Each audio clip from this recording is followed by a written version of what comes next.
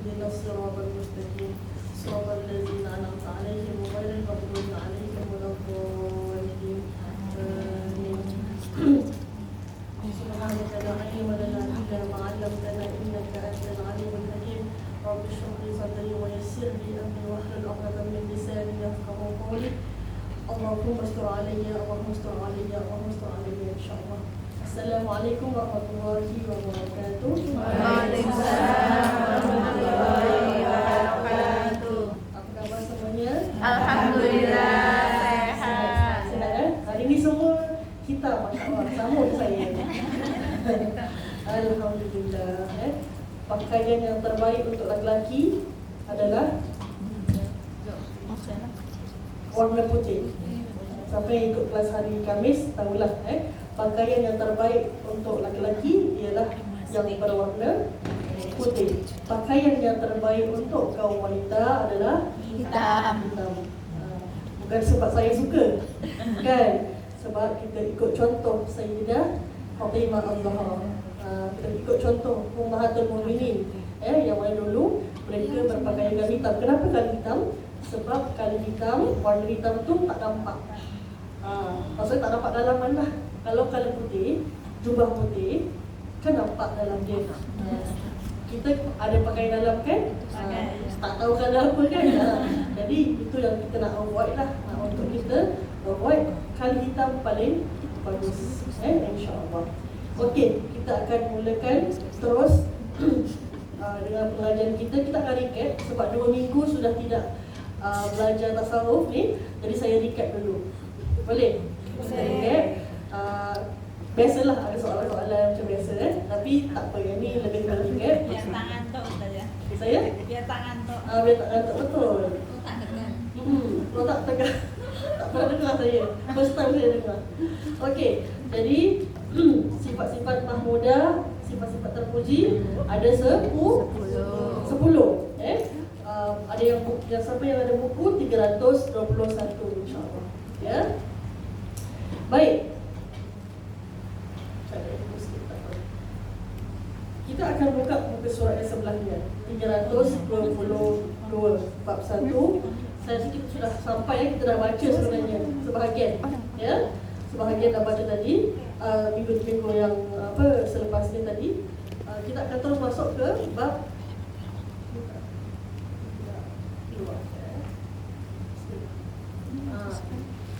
sifat-sifat yang terpuji. Yang pertama kita akan belajar hari ini ialah tentang taubat. Walaupun sebahagian saya sudah memberikan pengisian, sekadar untuk kita ingat kembali, kita akan revise, kita akan murojaah kembali, kita akan ulang kaji semula.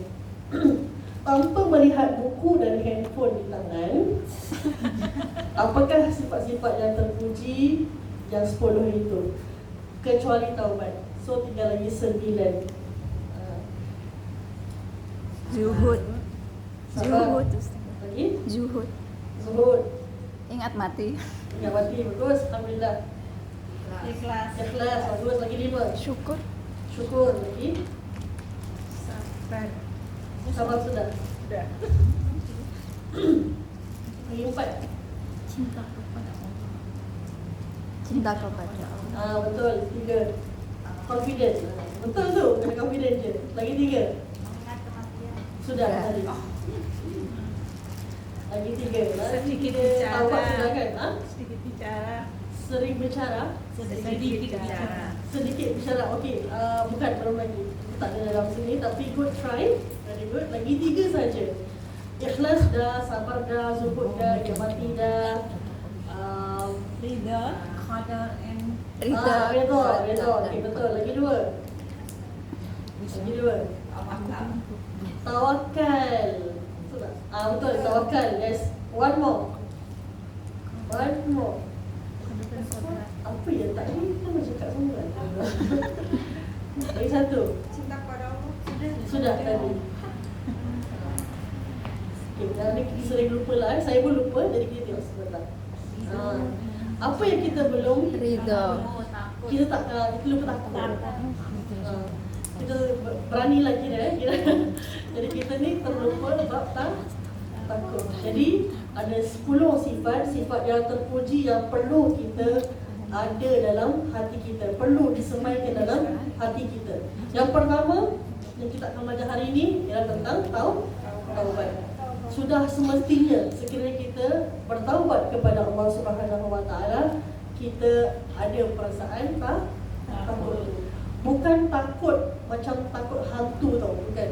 Takut tu kita rasa khauf. Dalam bahasa Arab, khauf itu kita rasa takut dengan azab Allah. Kita takut kita dimasukkan dalam api neraka. Takut dengan tidak diberi keampunan daripada Allah. Itu takutnya. Bukan takut sebab macam takut hantu ke, takut gelap ke, takut apa semua, bukan. Takut yang ini, takut yang terpuji adalah takut kepada Allah. Selain daripada itu, takut yang lain tak terpuji. Contohnya, takut dengan manusia tak terpuji. Orang akan pandang kita pun sebelah mata. Maksudnya akan meremehkan kita sebab takut-takut. Sikit-sikit takut dengan manusia. Tak bagus. Kita perlu ada jati diri, perlu ada maruah, kan? Kalau kita betul, cakap betul. Kalau kita salah, mengaku kita salah. Jadi jangan takut dengan manusia. Tetapi tak boleh kita cakap kita semua betul, tak pernah salah. Itu tak boleh lah. Itu overconfident orang kata. Takut yang terpuji di sini ialah takut kepada Allah Subhanahu Wa Taala sahaja. Yang lain takut pada manusia, takut pada haiwan dan sebagainya contohnya, ataupun takut yang bukan terhadap Allah tidak dinamakan takut yang terpuji. Jadi semua akhlak-akhlak ini adalah sifat yang terpuji. Yang ketiga, zuhud, tidak memikirkan dunia, hanya memikirkan tentang akhirat. Sabar, kita selalu kata sabarlah, kan? Kalau ada masalah mesti kata sabar. Kenapa? Kan sudah belajar ngaji. Kita dianjurkan untuk sabar. Sedangkan Nabi, sedangkan Rasul sendiri diuji oleh Allah dan mereka pun bersabar. Apalagi kita yang bukan maksum, yang hanya hamba biasa, sudah pastilah kita akan diuji oleh Allah SWT. Kita fikir, kalau ada orang katalah, mungkin ada orang berpendapat, kenapa Allah uji Nabi Muhammad SAW kalau betul Nabi itu kekasih Allah, kan? Kita fikir, kenapa Allah uji dia? Kenapa Allah uji baginda Rasulullah SAW, sedangkan Rasulullah maksum, tak pernah buat dosa, dan dikatakan Nabi Muhammad itu kekasih Allah? Kenapa Allah memberikan ujian yang berat kepada Nabi Muhammad? Kita kena faham bab ini. Dikala Allah memberikan kita ujian yang berat, atau Allah memberikan kita apa-apa pun musibah dalam hidup kita, di saat itulah Allah memerhatikan kita. Kalau Allah tidak memberikan apa-apa bentuk ujian, hati-hati. Takut itu bermaksud Allah tidak memperdulikan kita. Macam contohlah, macam kalau antara kita manusia, contohnya, contoh yang senang lah, kita kalau tak suka orang, tapi ini bukan contoh yang baik, ini contoh supaya kita faham. Kalau tak suka satu orang tu, kita akan merapat dengan dia, kan tak peduli. Tak peduli. Kita apa nak cakap lah, kan? Tak kisah dah gitu, kan? Macam itulah perumpamaan dia. Tapi Allah itu lagi Masya Allah lah, kan? Kita tak samakan Allah dengan makhluk, tidak. Tapi itu yang kita kena faham. Kalau Allah Subhanahu Wa Taala memberikan ujian kepada yang namanya kekasih Allah, kan, untuk menaikkan darjat baginda Rasulullah SAW, apa lagi kita yang tak ada apa-apa ni, maka layaklah diuji sebenarnya. Layak diuji supaya kita terus ikhlas dan terus kembali kepada Allah. Jadi hati-hati kita yang sedih ni, contoh, jangan rasa sedih kalau kita diuji. Memang senang cakap, senang memang nak cakap ni. Kan diuji memang jangan sedih, jangan sedih lah, tak payah sedih. Memang senang cakap. Jumpa kita diuji, sedih tak? Sedih. Kenapa kita sedih? Sebab Allah nak kita berdoa kepada dia. Siapa yang kita cari bila kita sedih? Allah. Siapa kita cari bila kita happy dan Kawan. gembira? Jarang kita kata Allah. Kan jarang. Kenapa jarang? Kenapa jarang? Itu yang kita kena perhatikan sekarang ni. Kita, hidup kita ni, kenapa kita cuma sedih je cari Allah? Sebab kita tahu tak ada orang lain Selain Allah. yang boleh tolong kita selain Allah. Kan? Tapi kenapa bila kita happy, gembira, kita terlupa Allah? Kan? Jadi kita kena manusia. happy pun cari Allah, sedih pun cari Allah. Nasib baik Allah tak sama macam makhluk. Maksudnya, oh happy je. Apa happy tak ingat saya. Sedih je ingat saya. Kan contohnya. Nasib baik Allah bukan makhluk. Allah tu maha pengasih, maha penyayang. Jadi kita terlupa sekalipun dengan sengaja ataupun tidak, tetap Allah menerima kita. Selagi mana kita masih beriman kepada Allah Subhanahu Wa Taala. Itu bab sabar. Padahal libat, padahal hari ini kita taubat. Syukur, jangan lupa kita bersyukur, ikhlas, tawakal, cinta kepada Allah. Kita senang untuk menyatakan dan kita cinta kepada Allah, tapi susah untuk kita menzahirkan secara perbuatan. Susah tu maksudnya apa? Kata cinta Allah, tapi yang fardu pun kadang-kadang terlepas. Ini peringatan untuk saya juga. Bukan untuk saya mengajar kalian, tidak, ini kongsi ilmu saja. Kita kadang kita cinta Allah, tapi fardu pun kadang-kadang terlewat. Maaf kata, kadang-kadang tak buat pun. Jadi apa lagi sunnah? Kalau betul cinta Allah, buat yang fardu ditambahkan dengan sunnah. Itu yang Rasulullah buat. Rasulullah dijamin oleh Allah dalam syurga. Masuk syurga yang pertama.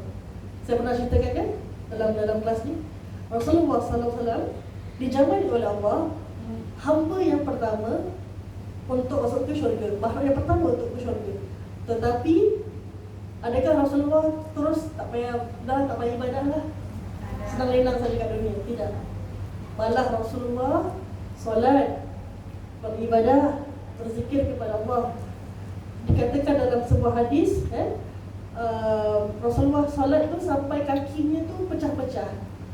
Itu menandakan Rasulullah banyak berdiri melakukan solat. Cuba kita lihat kaki kita. Pernah pecah tak? Pernah Ustazah? Banyak jalan-jalan. Cuaca panas dunia. Banyak jalan-jalan. Itu ibadah yang lain lah. Kita kena tukar cara kita melihat kita punya cara ibadah kita.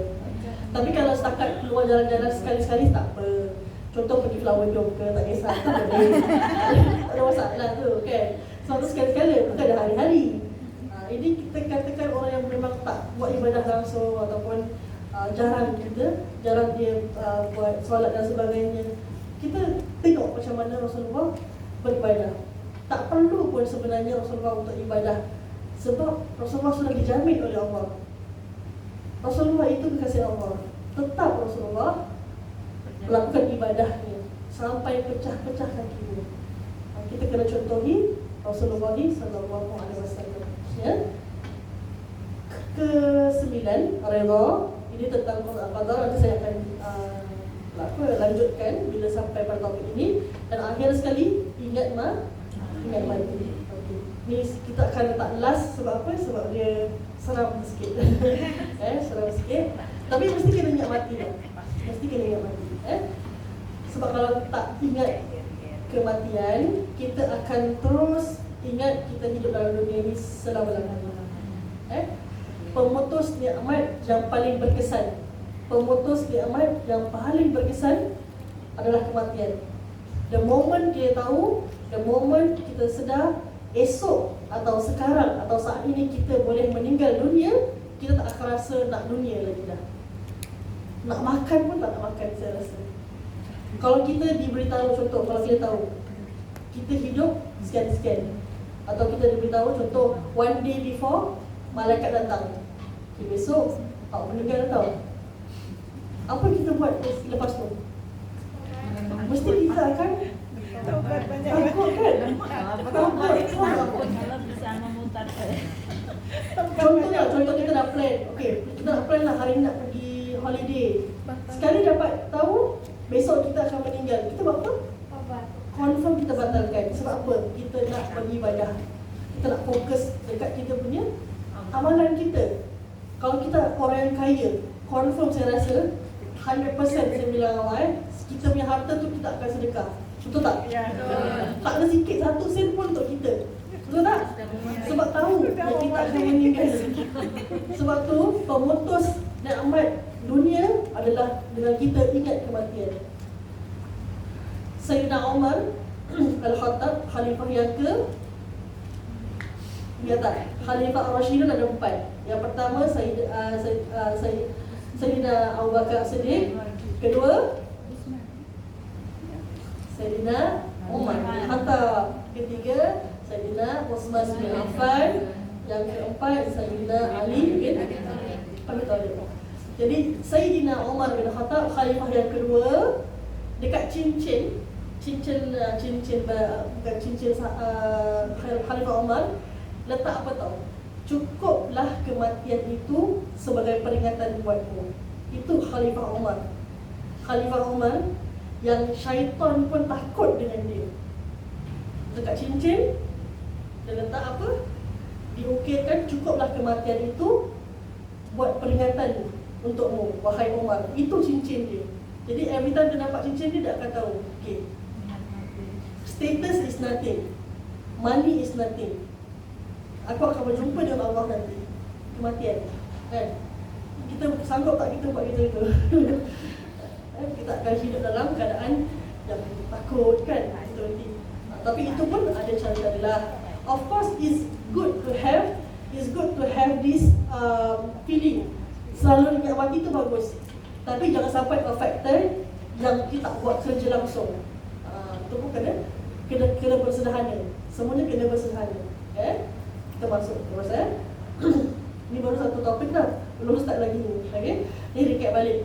Jadi pengertian taubat. Apakah pengertian taubat? Taubat itu bermaksud maksudnya tabah, ataupun dalam bahasa Melayu kembali.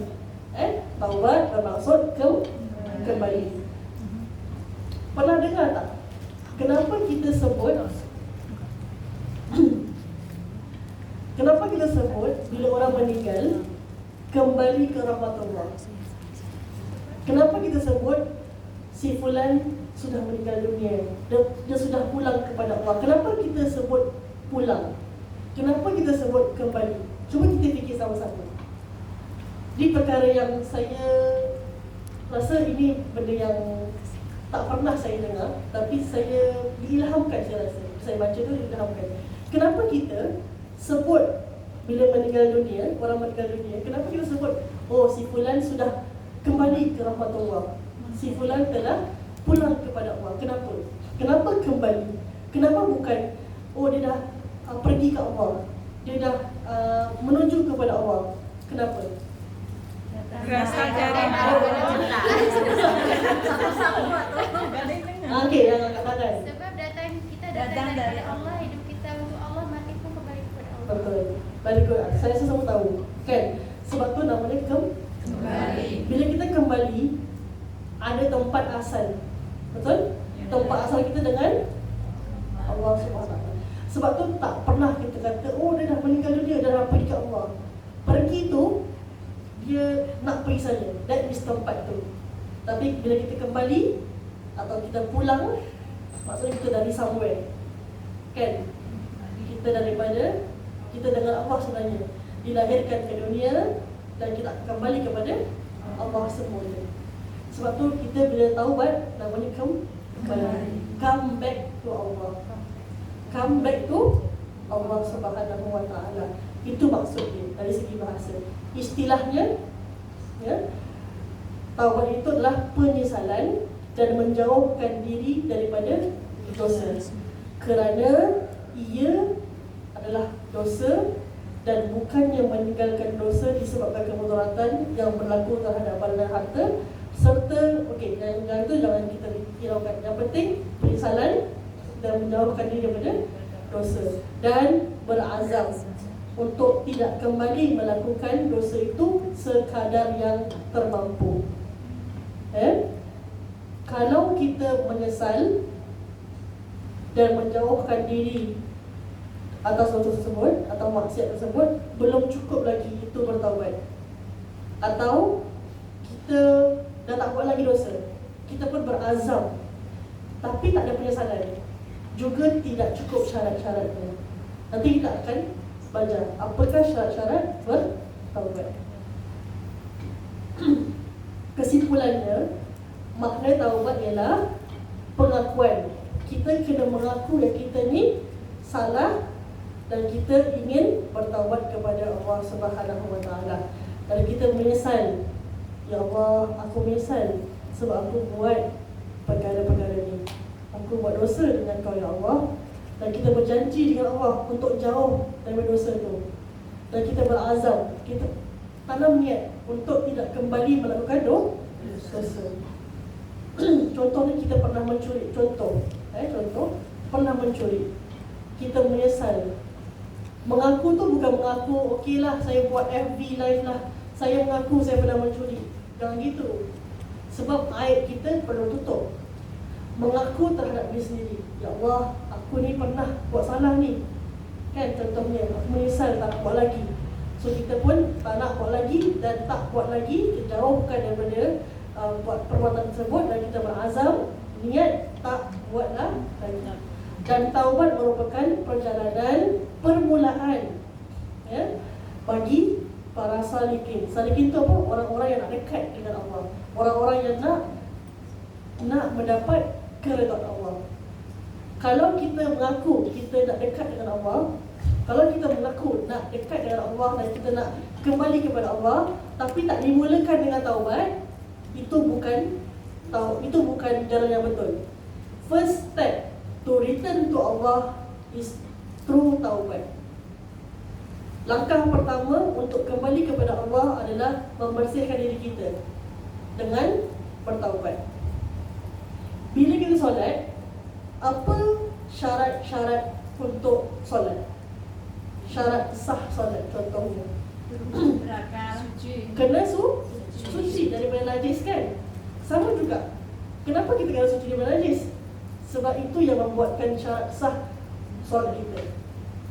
So, untuk memahamkan, ya, kenapa kita perlu menyucikan diri kita, ialah sebab kita nak kembali kepada Allah. Allah itu maha suci. Jadi kita kena bersihkan, bukan najis, tapi najis yang dosa tu, dalaman kita tu kena bersihkan. Apa yang kita ada, dosa-dosa yang banyak lalu, kita kena bersihkan sebelum kita kembali kepada Allah melalui kematian. So selagi kita bernyawa, selagi kita punya nyawa tu belum lagi di tengkorak tu, bertaubatlah kepada Allah. Sebab when kita punya nyawa is at here, bila roh kita tu dah dicabut, nak dicabut tu, kita nak bertaubat pun tak berguna.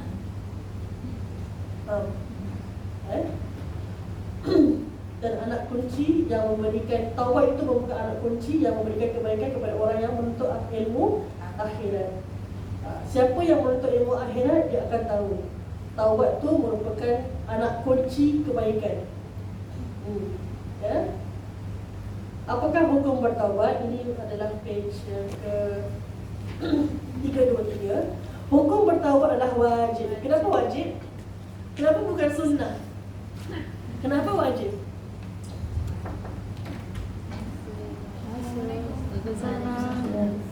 Kenapa wajib?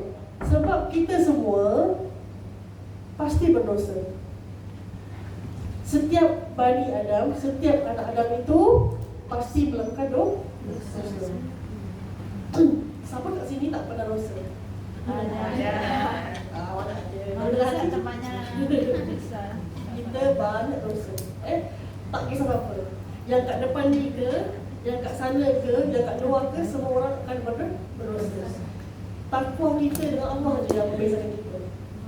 Semua sama kita ni. Tak ada yang beza sebenarnya. Tapi di mata Allah ialah takwa kita. How kita fear Allah. Bagaimana takut kita pada Allah. Itu yang membezakan kita. Ya. Kedua, kita wajib bertaubat daripada segala dosa yang sudah terlanjur kita kerjakan. Bukan sekadar wajib, bahkan kita wajib bersegera. Maksudnya gini, hukum taubat itu wajib. Hukum taubat wajib kan? Hukum bersegera untuk taubat pun wajib. Maksudnya kena taubat dengan cepat. Lepas ni terus taubat, macam gitu. That's how dia punya sentence structure. Kita wajib bersegera untuk bertaubat. Siapa yang sengaja melambat-lambatkan dosa dia punya taubat, berdosa besar. Tak apalah, saya masih muda. Kan Nabi kata umur umat Nabi Muhammad kan sampai 60-an, 70-an. Saya lagi 20 tahun bolehlah. Ada banyak masa lagi. Siapa tahu kita ni akan mati bila? Tak tahu. Kan? Tak tahu hari ni ke, besok ke, minggu depan ke, 1 tahun lagi ke. Tak tahu. Kita dah less than 100 days bulan Ramadan. Kan? Lebih kurang less than 100 days. Yakin tak kita ni masuk Ramadan? InsyaAllah yakin, dah yakin. Cakap insyaAllah masuk lah, tapi tak yakin. Kalau gitu itu doa. Cakap insyaAllah kita masuk. Of course tak yakin. Of course tak ada orang yakin. Tapi kita doa kita masuk dalam bulan Ramadan kan. Kita nak Minggu depan dah Rajab ya Ustaz. Depan. Januari 12 Tahun depan 2 minggu lagi 2 minggu. Kita masih lagi Jamal akhir, masih pertengahan. Dah 4 Jamal akhir, sorry. Masih awal lagi. Yes. So Januari dah masuk Rajab. So dah less than 100 days sebenarnya untuk kita. Siapa yang belum bayar fidyah puasa harap dapat segerakanlah. Alhamdulillah, alhamdulillah. Boleh puasa yang lain lah, puasa sunat lah. Puasa hari putih, puasa Nabi Daud dan sebagainya kan. Untuk kita start engine kita, engine Ramadan tu kan. Start baca Quran balik dan sebagainya. Tapi saya yakin sini every week kan, Quran di hati insyaAllah. Alhamdulillah. So sengaja kita melambat-lambatkan bertaubat dosa besar. Tak kisah kita umur berapa pun, bertaubatlah kita sebab kita ni memang banyak berdosa. Hadis Nabi mengatakan at-taibu minaz zambi kaman la zamba lahu. Seorang yang berdosa, bila dia bertaubat daripada dosanya, kaman la zamba lahu, seperti tidak berdosa lepas tu. Jadi siapa yang bertaubat dari dosanya, dia minta pengampunan Allah dengan sungguh-sungguh, Allah akan ampunkan dosanya seperti tak ada dosa langsung. Dengan syarat kena taubat yang sesungguhnya, taubat nasuha. InsyaAllah. Ya. Amin. Syarat-syarat taubat. Imam An-Nawawi menyebutkan dalam kitab Riyadhus Shalihin, para ulama mengatakan bertaubat daripada setiap dosa hukumnya wajib. Jika maksiat itu atau dosa itu adalah antara hamba dan Allah Subhanahu Wa Taala, antara hamba dan Tuhannya, yang tidak ada sangkut pautnya dengan manusia, so this dosa is between me and Allah contohnya, maka syarat taubat ada 3. Yang pertama, kita kena, yang pertama yang nombor 2 tu, kena menyesal sebab kita terlanjur buat maksiat tersebut, menyesal sebab mencuri, menyesal sebab mengumpat, menyesal sebab riba, menyesal sebab dalam hati banyak berkata-kata, menyesal sebab tak solat, menyesal sebab tak puasa, menyesal sebab dan sebagainya. Banyak sangat benda yang kita buat sebenarnya, yang kita buat. First, kena menyesal. Second, number 1, jauhi dan tinggalkan maksiat tersebut. Kalau kita terbuat maksiat itu atau dosa itu sebab ada kawan-kawan kita yang mendorong sekali, tinggalkan kawan tersebut. jauhkan kawan tersebut. Kalau kamu yakin, kamu tak boleh ajak dia kembali kepada Allah. Faham? Bukan suka-suka dia kan tahu. Kalau kamu yakin yang kamu tak boleh bawa dia kepada Allah, malah lagi teruk, maka dijauhkan dulu berkawan dengan orang tersebut. Kecuali kamu yakin kamu betul-betul nak bertaubat, kamu yakin kamu boleh tarik dia, maka janganlah biarkan. Sebab kamu kena tarik kawan kamu ke syurga, kan? Kita masuk syurga seorang-seorang ke tidak? Sama-sama kan? Ramai-ramai. Jadi kita kalau buat dosa contohnya dan terlibat kawan kita, jangan tinggalkan macam itu dulu. Kalau tak yakin, contohnya tak yakin yang kita tak yakin dapat tarik dia, cari orang lain yang boleh tarik kamu berdua. Macam itu. Bukan suka-suka tinggalkan orang macam itu lah. Tapi contoh memang kamu tak buat langsung lah contohnya. Kamu terlakukan dosa tersebut, maksud tersebut sebab atas dorongan kawan yang paksa. Dia paksa. Contohnya dia paksa buat juga. Maka kawan itu yang perlu dijauhkan.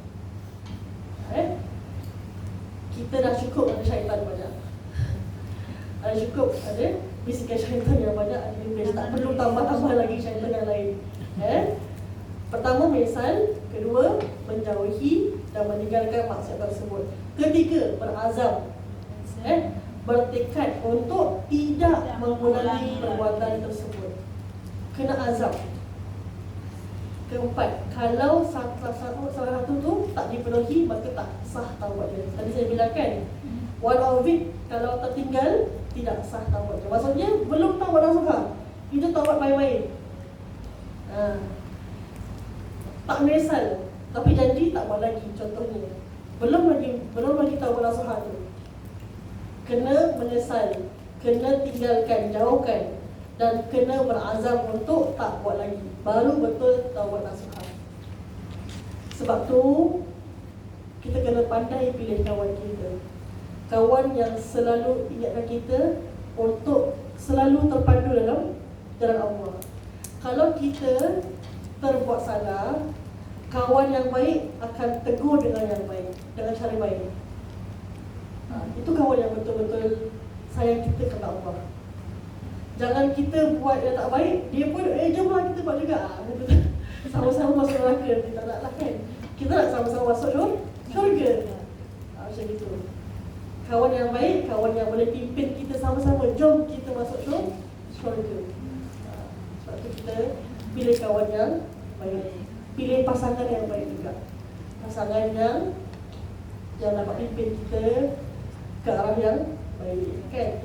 Bila kalian semua menikah lah, mungkin yang untuk yang dah nikah, kan dalam nanti kan kadi akan cakap, kan? Suami punya tanggungjawab ialah untuk memimpin isteri ke jalan yang benar, kan? Isteri tanggungjawabnya menjaga suami dan sebagainya. Itulah pernikahan, itulah erti kita saling membantu dalam urusan agama dan urusan rumah tangga. Kahwin tu bukan setakat cinta I love you, you love me. Tidak. Kahwin tu ibadah sebenarnya. Siapa yang ada rezeki untuk berkahwin, silakan berkahwin, kan? Pastikan pasangan yang baik, kan? Jadi kita pun dapat menikmati perkahwinan tu dengan landasan yang benar. Tapi kalau kita berpasangan, maaf kata, yang jauh daripada Allah, maka kita ditugaskan untuk bawa dia kembali kepada Allah. Jangan cakap salah pilih orang pula saya ni, contohnya, kan? Dan kata gitu, mungkin dia belum terasa nak taubat. So kita kena usaha cakap dengan pasangan taubat. Selagi mana yang nak dengan kita, of course kita kena sama-sama baik lah, kan? We are working together to be better. Bukan saya seorang je nak masuk syurga, saya pun nak pasangan saya nak masuk syurga juga. Macam itu cakap dengan dia. Baru dia akan terfikir, ya? Yang belum ada pasangan, tak apa, perbaiki diri sendiri. When you perbaiki diri sendiri, don't worry, because Allah reserve for you that pasangan yang sama baik dengan you. Tapi okay lah, tak apalah, I don't want to say anything. Kalau tak kat dunia, tak apa. Kalau tak kat dunia, pasangannya tak apa. Nanti ada pasangan lagi kat syurga. Tapi kalau nak pasang kat syurga, kena nak masuk syurga. Kan? Takkan kita nak kat neraka, tapi nak pasangan kat syurga. Tak boleh lah. Masuk syurga dulu, baru boleh dapat pasangan di dalam syurga. Bagaimana kalau keadaannya kalau kita dah usaha pasangan untuk bertaubat, tapi dia masih lagi tetap dengan perangai dia? Apa yang kita boleh buat? Sebagai seorang isteri, adakah kita tuntut cerai? Tidak.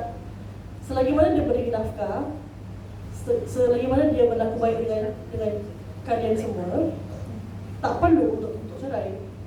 Kita doa kepada Allah. Doa dengan sesungguhnya, doa supaya pasangan kita dibukakan, dilembutkan hatinya supaya bertaubat, supaya berlaku baik dan sebagainya. Saya tak boleh cakap banyaklah tentang rumah tangga sebab saya pun belum lagi nak ni. Jadi saya cuma cakap perkara yang saya rasa untuk kebaikan pasangan. Because I cannot advocate for you to split, untuk cerai. Tak bagus tu. Cerai kan perkara yang halal tapi dibenci oleh Allah. Kecuali rumah tangga yang penuh dengan pukulan, sepakan, kan, tendangan, itu tak boleh. Itu kena report polis dan minta cerai. Sebab dia tidak melakukan tanggungjawab dia. Tanggungjawab suami perlu menjaga isteri. Kalau dia sendiri yang dia sendiri yang melakukan perkara itu kepada isteri, itu means dia tak buat tanggungjawab dia. Itu kena cerai. Kalau dia tak janji untuk tak ulangi. Ini perbahasan yang panjang. So jadi jangan letak dalam video. Ini kena cut. Dekat sini boleh. Okey. Kalau bertaubat yang ada kaitan dengan manusia macam mana? Sekiranya maksiat itu atau dosa itu berkaitan dengan manusia. Contoh, saya ambil hak awak. Ini bukan pasal ambil suami, bukan. Ini ambil hak. Ambil harta contohnya. Ataupun saya mengumpat tentang awak. Saya cakap benda tak baik dengan awak, belakang awak contohnya. Apa yang kita boleh buat? Maka syaratnya adalah 4. Termasuk yang tadi satu tu. Termasuk yang tadi ni 1, 2, 3 ni. Termasuk one more, which is hendaklah dia meminta dibebaskan daripada hak orang yang dizaliminya. Kalau kita terambil berbentuk harta benda atau sejenisnya, maka kita harus memulangkan kembali. Terambil beg contohnya, nak pinjam beg, dia pun kata okey, pinjam tau, bukan ambil, pinjam. 1 tahun tak kasih balik. Kalau pinjam, kan, tak kasih balik. Yang meminjam tu tak kasih balik ke, tak tahu lah, terlupa ke apa ke, terbuang ke, tak tahulah kan. Yang memberi pinjaman pun malu nak cakap, kan, sebab malu lah. Sebab kita kan dah kasih pinjam, takkan kita nak tanya balik gitu. Selalunya orang yang meminjamkan ni pemalu sifatnya. Tapi orang yang suka pinjam, dia kurang lupa. Jadi ni peringatan untuk mereka yang ambil hak orang, ya. Kalau berbentuk harta, kembalikan balik. Harta contoh, pen sekalipun, kalau itu bukan kita punya, kami kasih balik. Sebab everything that we own, everything that we have akan ditanya oleh Allah nanti, akan ditanya. Siapa punya ni? Ni bukan saya punya, ni orang lain punya. Kenapa tak kembalikan? Saya terlupa. Macam mana? Kedua, jika dalam bentuk tuduhan palsu dan seumpamanya, maka hendaklah dipulihkan namanya atau meminta maaf kepadanya. Ini asal gitu. Ini maksudnya contoh, kita fitnah orang tu. Saya harap ada orang kat sini fitnah lah, Kan ni main-main je kan. Saya harap kita ada belajar gaji lama Ustazah, kalau ada yang fitnah biarkan fitnah lah. Yes, betul. Mudah-mudahan kita sabar. Siapa yang fitnah, apa dia, kalau nak bertaubat, bukan hanya sekadar taubat dengan Allah, kena minta maaf dengan orang yang dia fitnah. Sebab tu siapa yang ada Instagram, Facebook dan sebagainya, jangan suka-suka nak reply. Contohnya, kalau cakap pasal orang lain kita pun sibuk-sibuk, betul lah dia bersama. Hati-hati. Hati-hati. Sebab itu akan ditanya oleh Allah tau. Sebab kita seolah-olah mengatakan kepada orang semua yang betul dia tu macam itu. Sekali dia tak macam itu, kalau dia meninggal macam mana? Tak minta maaf.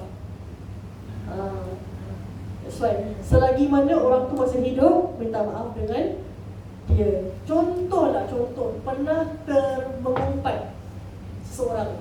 Contoh, kita minta maaf dengan dia. Minta maaf. Tak perlulah bilang orang semua kan.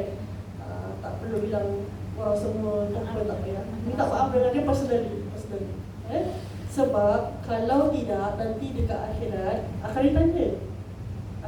Allah akan tanya, kenapa tak minta maaf dulu dekat dunia? Sebab malu. Habis kat sini tak malu? Kan? Kat sini nanti pahala kamu akan diberi pada dia sebab kamu tak minta maaf. Habis kalau kamu tak ada pahala, kamu akan ambil dosa dia, tambah pada kamu punya dosa. Kita akan bawa banyak amalan kita ke akhirat nanti. Kalau banyaklah. Kalau sikit, tak tahulah apa nak cakap Tapi kalau banyak contoh, kita ada banyak pahala. Tapi sebab kita tak bertaubat sesama manusia, tak minta ampun, tak minta maaf, nanti dekat akhirat kita punya pahala akan kasih kat dia. Sampai habis. Kalau kita banyak buat dosa dengan orang, habislah kita, muflis dekat akhirat. Sampai zero, contoh. Sampai zero. Kalau banyak buat dosa dengan manusia kan. Kalau tak dah, alhamdulillah lah kan. Contohnya kalau dah habis pahala kita, kan, apa ya? Nanti orang akan mengadu. Maksudnya manusia akan mengadu kepada Allah. Ya Allah, dia tak ada pahala lagi. So apa yang boleh buat? Kau pindahkan dosa kau kepada orang ni. So kita yang buat dosa ni, kita akan memikul dosa kita dan memikul dosa orang lain. Maka tempat kita kat mana? That's why kalau in terms of manusia, kena hati-hati. Kata siapa nama? Ulama Sufyan bin Thawri, tak silap. Satu ulama lah, saya kurang pasti namanya. Taubat kepada Allah lebih senang daripada taubat terhadap manusia, yang berkaitan pada manusia. Sebab kadang-kadang manusia tak boleh maafkan kita, kan? Tapi dengan Allah akan maafkan kita. So kenapa kita tak nak minta ampun dengan Allah? Perihal berkait rapat dengan manusia lagi susah sebenarnya. That's why hati-hati bila kita bermuamalah, bila kita bercakap dengan orang, kan. Jangan sampai timbul hatinya, jangan sampai cakap benda-benda yang tak baik, kan. Kalau sekadar jokes, tak apa. Gurauan, tak apa. Nanti minta maaf lah, kan. Kita minta maaf, gurau je. Itu boleh lah. Nanti boleh, Jika dia berbentuk ghibah, mengumpat, perlu minta dihalalkan. Halalkan, saya boleh mengumpat. Ghibah tu mengumpat, kan? Kenapa dia kata halalkan, Okeylah, mungkin ada penerangan dah. Tapi dia macam gini. Kalau kita pernah umpat orang, kita minta maaf dengan dia. Kita minta maaf dengan dia. Kalau tentang harta, contoh, kita kasih balik. Contoh, kita pinjam orang duit, contoh. Saya minta maaf, saya lewat kasih wang kembali. Kalau yang meminjamkan tu kata tak apa, saya halalkan, dan tak apa, alhamdulillah. Tapi kalau dia kata lambat dah awak, tak apa, jangan kita kata saya dah bayar tu dah bagus dah, kan. Jangan gitu, jangan gaduh dengan dia. Memang just dengar je, tak apa. Sebab kita, at least kita dah kasih balik, kita dah minta maaf. Dia nak marah kita ke nak apa ke, itu urusan dia dengan Allah. Nanti Allah akan tanya dia, kenapa kau marah? Kan, sedangkan dah kasih balik dah hak dia. Surah At-Tahrim tentang ayat tentang taubat.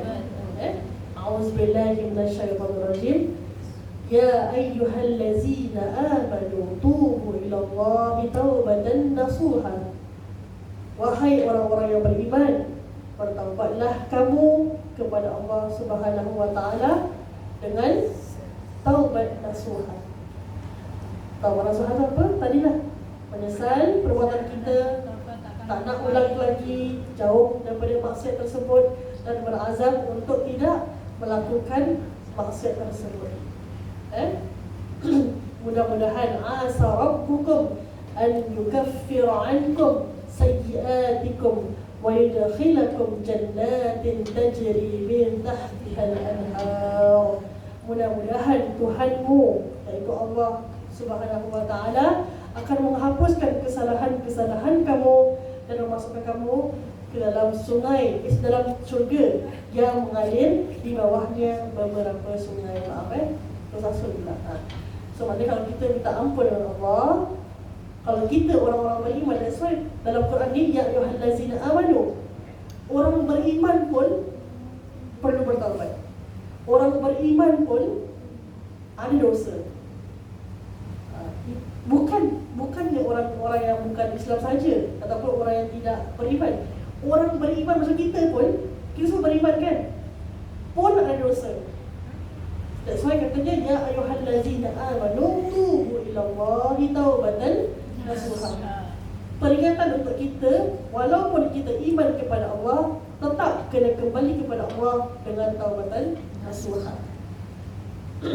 Sebuah hadis qudsi yang mana Allah Subhanahu wa taala sendiri yang berfirman melalui Rasulullah sallallahu alaihi wasallam, kata Allah, wahai anak Adam, sesungguhnya jika engkau menyeru dan mengharap kepadaku, maka pasti aku ampuni dosa-dosamu tanpa aku pedulikan.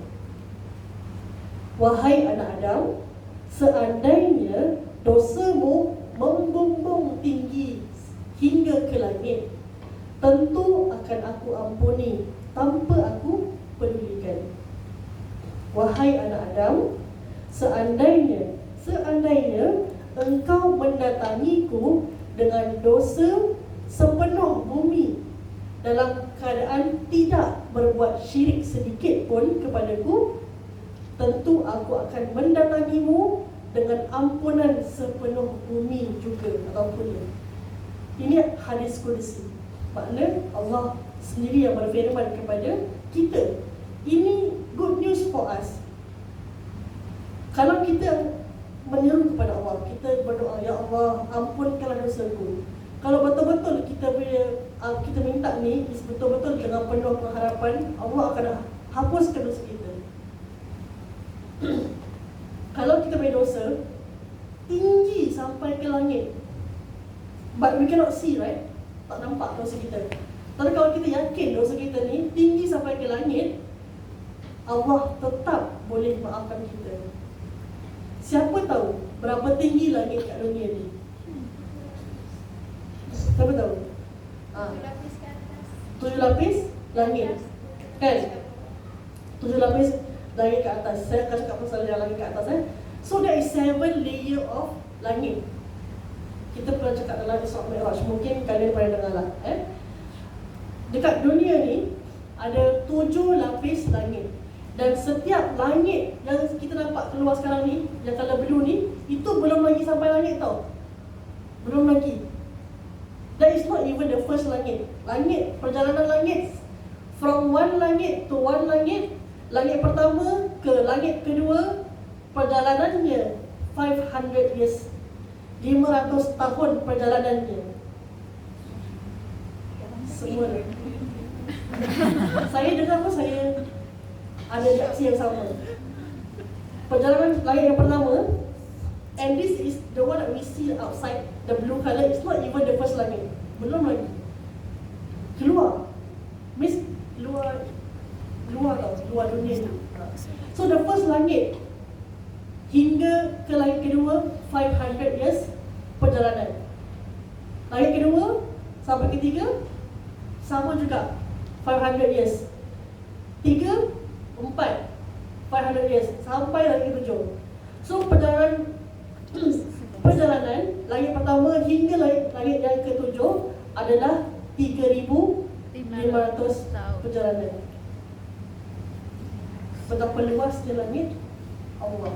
Itu yang Allah kata. Walaupun dosa kita banyak memenuhi langit pun, yang seolah-olah kalau kita berjalan 3,500, tetap Allah akan ampunkan dosa kita kalau kita betul-betul minta ampun dengan taubatan nasuha. Dan lepas langit yang ketujuh bukan kosong.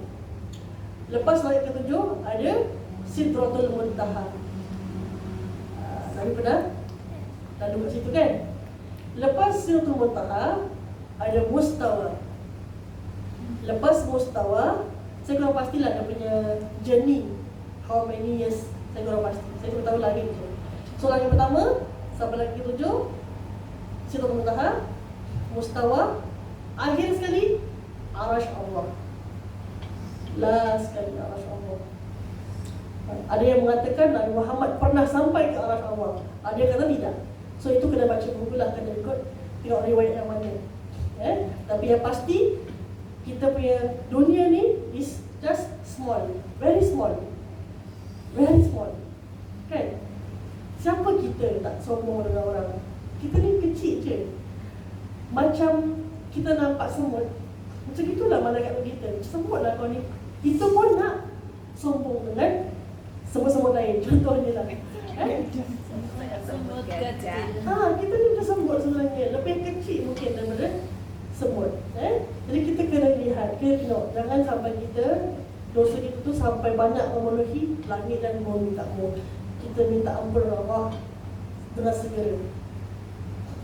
Boleh InsyaAllah. Saya akan ajarkan satu doa. Istighfar. Ini last sebelum. Ini lagi dua slide. Selalu kita baca macam mana istighfar? Sama-sama boleh? Ayo. Ramai-ramai. Astagfirullahaladzim. Sama-sama. 1, 2, 3. Astagfirullahaladzim. La ilaha illallah wal hayyul qayyum wa atubu ilaihi. Bagus, tapi kurang sinkron. Lagi sekali. 1, 2, 3. Astagfirullahaladzim. Ini salah. Al-Azim Al-Azim. Bukan Al-Azim. Al-Azim. Ini boleh, nanti saya tukar. Okey. Astagfirullahaladzim. La ilaha illallah wal hayyul qayyum wa atubu ilaihi. Okey, saya bantulah. Sini ada satu kekurangan. Astaghfirullahalazim allazi la ilaha illa huwal hayyul qayyum wa atubu ilaihi. Selalunya kita akan baca macam ini. Astaghfirullahalazim allazi la ilaha illa huwal hayyul qayyum wa atubu ilaihi. Kan? 3 kali. Itu belum tepat lagi. Itu belum tepat. Betul istighfarnya, tapi menurut Ustaz Muhadir, penulis ni, mudah-mudahan Allah merahmati Ustaz Muhadir, insyaAllah. Ustaz menerangkan bacaan tadi betul, tapi kurang tepat. Dari segi maknanya kurang tepat. Kenapa? Cuba lagi kita semak. Astaghfirullahalazim allazi la ilaha illa huwal hayyul qayyum wa atubu ilaihi. Astaghfirullahalazim, aku bermohon kepada Allah yang Maha Agung. La ilaha illa allazi la ilaha illa, yang tidak ada Tuhan melainkan. So bila kita stop dekat illa, kita akan cakap yang tidak ada Tuhan melainkan. Melainkan apa? Kan? Jadi sebab tu kita bacaan yang tepat sebenarnya, yang tepat tadi tak salah, saya disclaimer lah sekali. Ucapan tadi betul, tapi kurang sempurna. Kurang sempurna. Nak sempurnakan macam mana? Astaghfirullahalazim Allazi la ilaha illahu. Stop situ. Al-Hayyul Qayyum wa atubu ilaih. Mungkin kurang, mungkin janggal, tak pernah kan? Iya. Cuba start sekarang, kita macam gitu. Jadi bila kita baca, kita minta Allah, Astaghfirullahalazim, ya Allah, aku mohon keampunan daripada Allah SWT yang Maha Agung, Allazi la ilaha illahu, yang tidak ada Tuhan melainkan Dia. Sebab bila kita kata melainkan, mesti kena ada something, melainkan apa? Kan? Saya tak makan nasi melainkan Ikan. tu saya diam. Habis apa pun? Kan? Mesti ada something after that. So kita baca Allazi la ilaha illahu. Lepas tu Al-Hayyul Qayyum. Al-Hayyul Qayyum boleh, Al-Hayyul Qayyum boleh, tak ada masalah. Al-Hayyul Qayyum boleh, Al-Hayyul Qayyum pun boleh. Waktu boleh. Sama-sama boleh? Together? Yes. Let's read this together. Okay? 1, 2, 3. Astaghfirullahalazim Allazi la ilaha illahu Al-Hayyul Qayyum wa atubu ilaih. 2 more times. Astaghfirullahalazim Allazi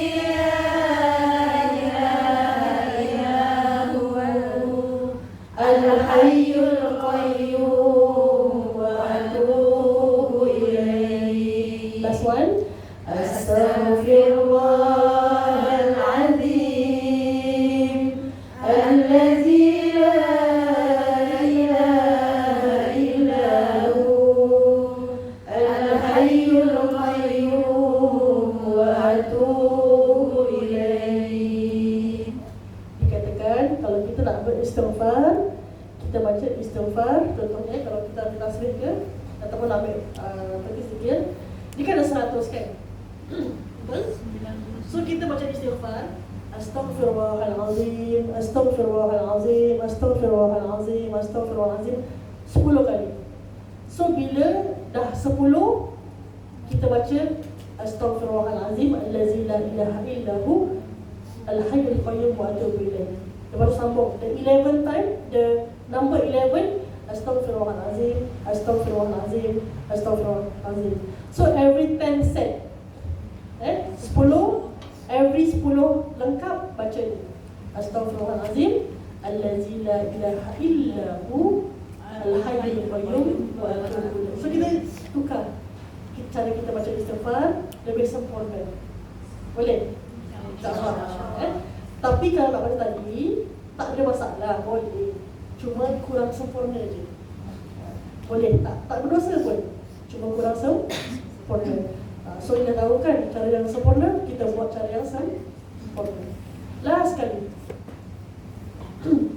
Ni doa yang dikongsikan oleh Syekh Mutawalli Asy'arawi.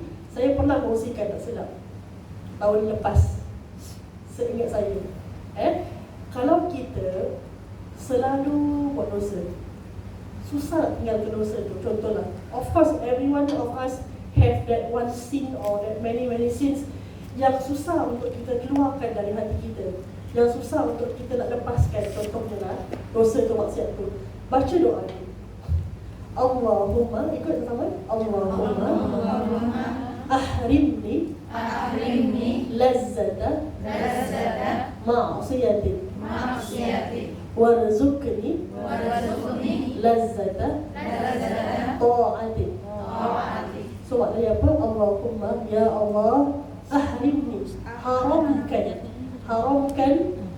Ahrimni tu saya tahu, ni tu, this ni is me. Ahrimni, haramkan ke atasku, lazzata ma'asiyati, haramkan ke atasku merasa nikmat, merasa lazatnya buat maksiat. Warzuqni, dan kurniakan aku, berikan aku, please give me the feeling, the nikmat of doing ketaatan kepadamu. Ini doa dia. Kalau kita rasa banyak sangat dosa kita yang tak mungkin nak kita lepaskan at one go, baca dia. Baca dia. InsyaAllah, mudah-mudahan doa yang dikongsikan oleh almarhum Syekh Mutawalli Asy'arawi, dia bukan seorang yang biasa-biasa, Syekh yang biasa. Dia Syekh yang pernah jumpa Rasulullah SAW dalam mimpinya. Syekh yang sangat dikagumi, sangat dicintai oleh para masyayikh dan juga para habaib, sangat-sangat berilmu, seorang wali Allah sebenarnya, Syekh Mutawalli Asy'arawi. Jadi di doanya, kalau kita rasa susah nak tinggalkan dosa, baca ni, Allahumma ya ahrimni lazzata ma'siyatik warzuqni lazzata ta'atik.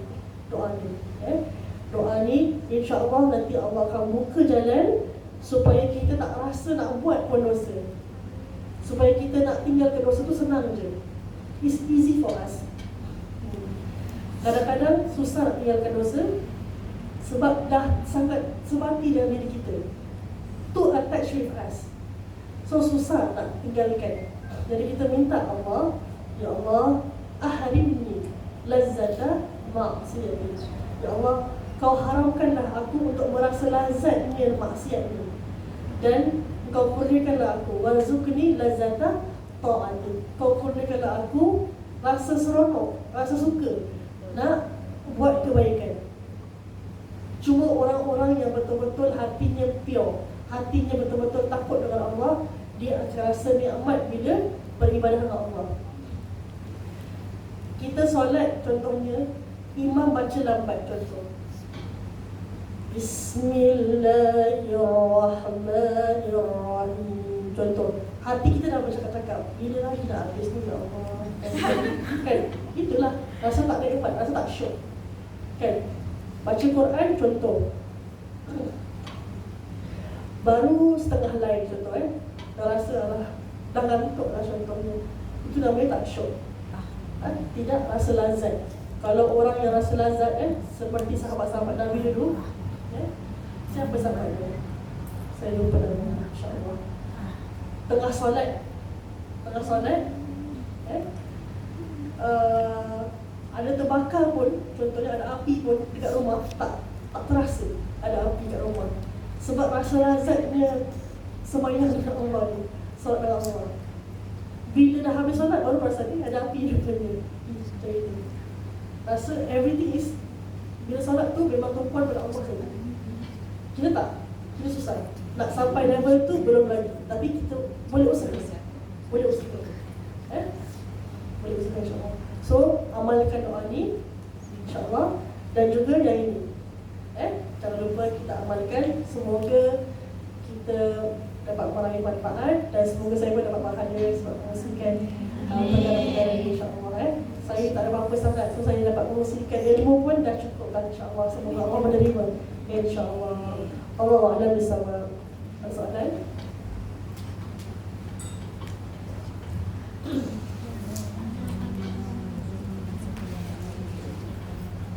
Tak ada soalan? Boleh? Boleh insyaAllah, silakan.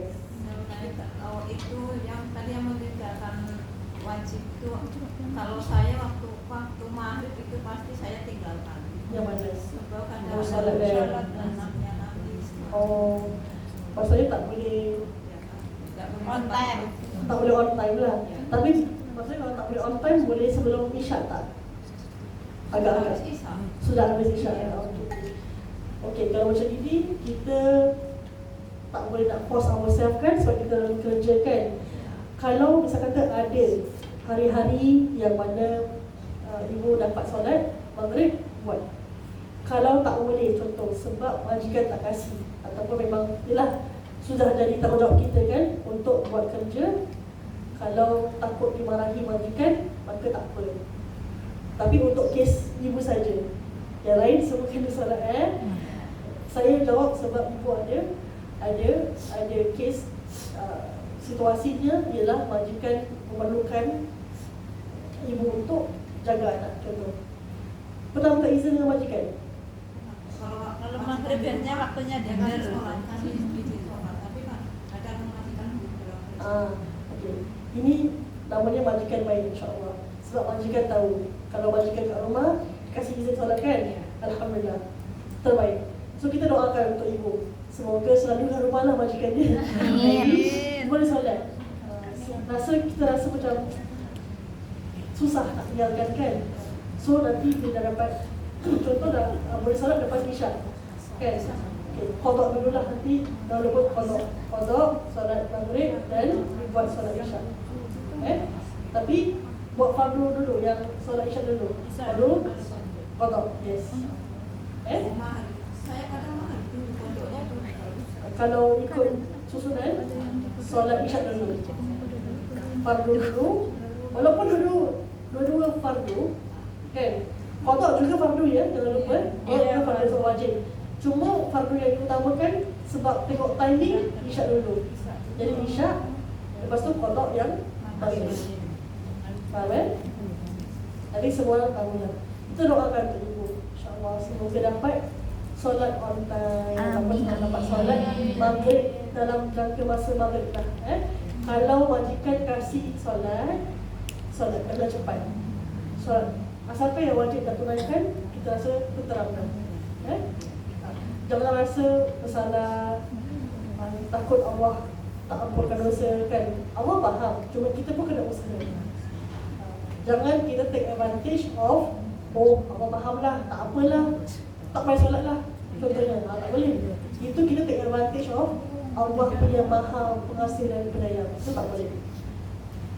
Faham? Silakan. Ada soalan? Saya mau tanya Ustazah, saya kan di rumah bila nak solat, Tapi yang dengar halus, masya-Allah. Assalamualaikum Ustazah. Waalaikumsalam warahmatullahi. Saya Dian. Dian. Saya mau tanya, ya Ustazah, saya Dian dari TV. Saya mau tanya, kalau di rumah kan Dian bekerja, dia ada urusan 4, yang pas 7, yang 2, 5, yang 3, 3 tahun, yang 4, 5 bulan. Bila dia nak solat kan, kadang dia nak solat pasal dia ketika dia tak ada kat rumah. So dia solat, baby tu dia letak tepi je. Ni dia sejadah, ni baby. So sambilan solat, yang dia letakkan tepi je. Boleh. Maksudnya kamu solat, tapi baby kat tengah, baby kat tepi baby kan? dia di tepi ya. Boleh. Yang sejadah dengan samping yang sajadah lah. So dia mesti baby lagi macam tu. Dan kadang dia letak dia ada tepi, misalnya dia nak ngaji atau nak ajar ngaji. Dia pun ada kawan juga ajar ngaji tu dalam online atau apa, tapi dia dengan baby sekali tak ada apa-apa. Tak ada apa-apa. Ini soalannya sebab ada baby kan, so macam mana nak solat kan?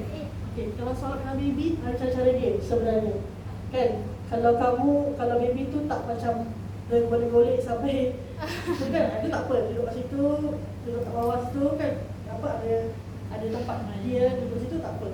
Kalau dia jenis yang macam memang dah boleh lari dan sebagainya kan, contohnya kita kena angkat lah. Cara-cara dia ada sebenarnya. Cuma tak. Kalau sekarang kan nanti minggu depan. Minggu depan lah, minggu depan. Ada minggu depan? Ada. InsyaAllah. InsyaAllah. Dia saya tunjukkan lah. Minggu depan cara-cara untuk solat dengan anak yang kita kandung contohnya. Boleh? Ni untuk ni baguslah untuk yang belum kahwin juga. Cuma siapa nak jadi baby dia? Baby lah. Saya olok-olok je lah. Solat dengan baby. InsyaAllah. Ada cara-cara dia. Tak semestinya kat bawah saja. Boleh kita, contoh kalau dia memang jenis yang akan crawl dan takut, kita khawatir kan, dan kita boleh angkat dia diri, rokok, dan bila nak letak, ada cara-cara dia. Dan cara tu tak kebatal lah, boleh sebenarnya. Boleh So minggu depan insyaAllah kita akan belajar semua praktis angkat baby. Boleh?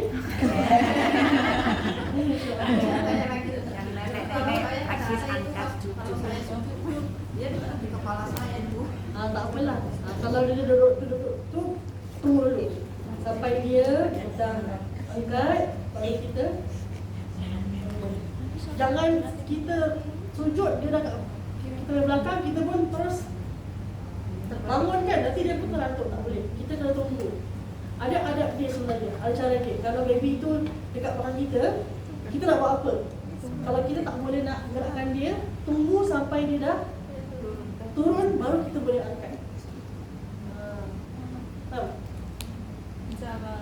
Nanti cara-caranya nanti nak sila minggu depan. Boleh insya-Allah. Baik, untuk majlis boleh?